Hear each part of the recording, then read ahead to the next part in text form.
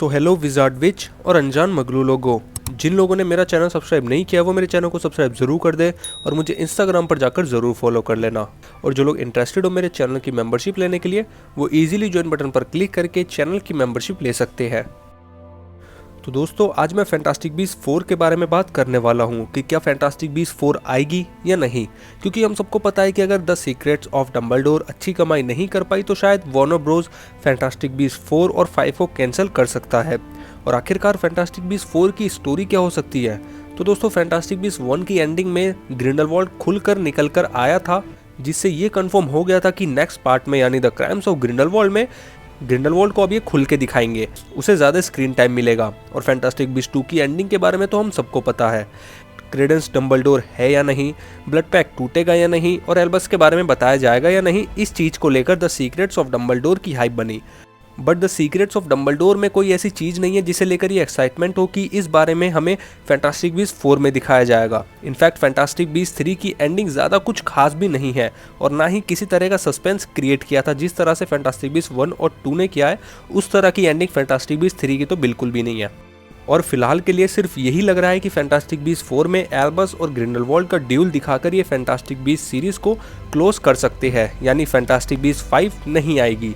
मैं श्योर नहीं हूँ बट करंट सिचुएशन के अकॉर्डिंग मुझे ऐसा ही लग रहा है, क्योंकि द सीक्रेट्स ऑफ डंबलडोर में इन्होंने ज़्यादा कुछ सस्पेंस क्रिएट नहीं किया है। इनफैक्ट हमें जितना लगा था, जितना ज़्यादा सस्पेंस हमें लगा था कि द सीक्रेट्स ऑफ डंबलडोर में मौजूद होगा, उतना नहीं था कि फैंस किसी चीज़ को लेकर एक्साइट हो फैंटास्टिक बीस्ट 4 के लिए। सो आई थिंक कि अब बस फैंटास्टिक बीस्ट 4 लास्ट मूवी हो सकती है, क्योंकि ज़्यादा कुछ बचा नहीं है दिखाने के लिए। और ऐसा मैं एक चीज़ की वजह से और कह रहा हूँ, और वो है पैसा। अब भाई पैसा किसको अच्छा नहीं लगता है। द सीक्रेट्स ऑफ डंबलडोर की बहुत ज़्यादा हाइप थी फैंटास्टिक बीस्ट 1 और 2 से भी, बट ऐसा हमें लग रहा था ना। बट आप लोग यकीन नहीं करोगे कि शायद ये मूवी फैंटास्टिक बीस्ट 2 जितना पैसा भी नहीं कमा पाएगी। दोस्तों अगर मैं बात करूं कि फैंटास्टिक बीस्ट 3 ने ओपनिंग वीकेंड में कितना कमाया है, तो वो है सिर्फ $58 मिलियन। और इंडिया में फैंटास्टिक बीस्ट 3 ने सिर्फ अभी तक लगभग 8 करोड़ ही कमाए हैं। और इंडिया में तो द सीक्रेट्स ऑफ डंबलडोर के शोज भी लगने बंद हो चुके हैं लगभग। जहाँ पर मैं देख के आया था द सीक्रेट्स ऑफ डंबलडोर, वहाँ पर अब इस टाइम किसी भी तरह का कोई शो नहीं है फैंटास्टिक बीस्ट 3 से रिलेटेड। और यहाँ पर जो जितने छोटे मोटे सिनेमा हैं वहाँ पर तो अभी भी बंद हो चुके हैं द सीक्रेट्स ऑफ डंबलडोर लगनी। तो आप लोग खुद ही सोच सकते हैं कि द सीक्रेट्स ऑफ डंबलडोर का उतना क्रेज़ नहीं है इंडिया में। और क्राइम्स ऑफ ग्रिंडलवाल्ड का डेब्यूट था $191 मिलियन का। अब आप लोग देख सकते हैं कहाँ $58 मिलियन और कहाँ $191 मिलियन। क्राइम्स ऑफ ग्रिंडलवाल्ड ने $650 मिलियन के लगभग कमाए थे, बट काफ़ी लोगों के हिसाब से फैंटास्टिक बीस्ट 3 300 या $350 मिलियन पे ही समाप्त हो जाएगी। यानी द सीक्रेट्स ऑफ डंबलडोर 300 या $350 मिलियन भी बहुत मुश्किल से कमा पाएगी। और अभी तक की विजार्डिंग वर्ल्ड की सबसे लो कमाई करने वाली film the crimes of Grindelwald थी, बट शायद अब the secrets of Dumbledore wizarding world की सबसे लो कमाई करने वाली मूवी बन सकती है। द सीक्रेट्स ऑफ डंबलडोर को IMDb पर 6.6 की रेटिंग मिली है और द क्राइम्स ऑफ ग्रिंडलवाल्ड की रेटिंग है 6.5, यानी दोनों आसपास ही है।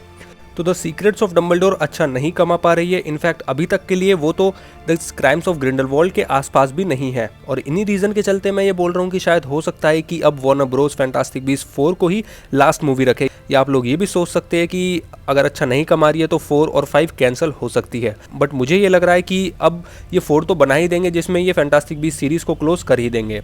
और दोस्तों अभी तक स्टोरी राइटिंग भी स्टार्ट नहीं हुई है फैंटास्टिक बीस्ट 4 की। और दोस्तों अब थोड़ी यूके की बात कर लेते हैं। यूके में तो हैरी पॉटर सबसे ज़्यादा फेमस है। वहाँ पर फैंटास्टिक बीस्ट 3 की ओपनिंग £5.9 मिलियन है और द क्राइम्स ऑफ ग्रिंडलवाल्ड की ओपनिंग जो थी वो £12.3 मिलियन की थी। अब दोस्तों आप लोग देख सकते हैं 5.9 मिलियन और कहाँ 12.3 million. The crimes of Grindelwald को लोग फ्लॉप बोलते थे और द सीक्रेट्स ऑफ डंबलडोर तो उतना भी नहीं कमा पा रही है। तो यहाँ पर डिफरेंस साफ दिख रहा है आप लोगों को। तो दोस्तों जैसा सोचा था वैसा शायद नहीं हो पाया है। इनफैक्ट जो हमने द सीक्रेट्स ऑफ डंबलडोर की स्टोरी लाइन में सोचा था, पास सीन वगैरह, वो भी नहीं हो पाए हैं।